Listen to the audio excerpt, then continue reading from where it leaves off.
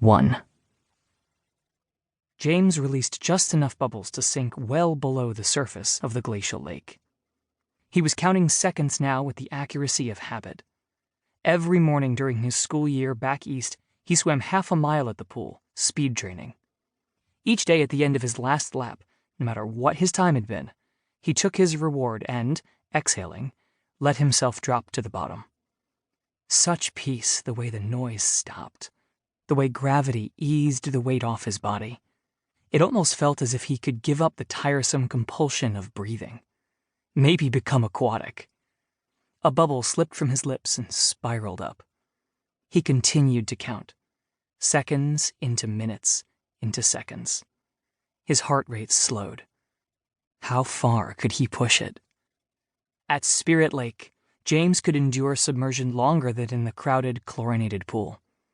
Here, gray-green water sparkled as he touched the pumice bottom under the diving tower. He waved his arms in the transparent water, water clearer than air, letting himself lift and roll with the current.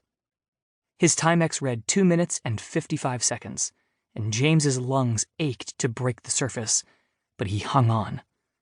After some time, he glanced at it again. 3 minutes, 5 seconds. Not enough. It hadn't been enough the last time. Was he man enough to qualify for the next Iceman competition in August? This year, it was in Alaska, and James was desperate to go to Anchorage. It was the very spot where, 10 years before, his mother took him from his father. Chances were good Dad was still in Anchorage. I'm in Washington now, James thought. So close. 4 minutes.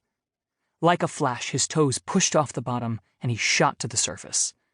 He sucked in air, breathing in his hard-earned ration of air, and, treading water, continued to breathe in shallow mouthfuls. He swam lazily to the diving tower, climbed the wooden ladder to the lower level, and grabbed his towel and glasses. He stood and replaced the thick horn rims when his eyes suddenly fixed south. During his swim, the fog had burned off around Mount St. Helens to reveal a classic golden triangle glistening in ice. Less than 2 miles away, James felt the volcano's gravitational pull as immediate and elemental, like leaning over the Empire State Building. He imagined the tallest pines seemed to lean into her. Then he heard his mother's voice. His heart jumped. Shit. James? James! Here you are. I could have guessed. Have you even unpacked? He glanced at her.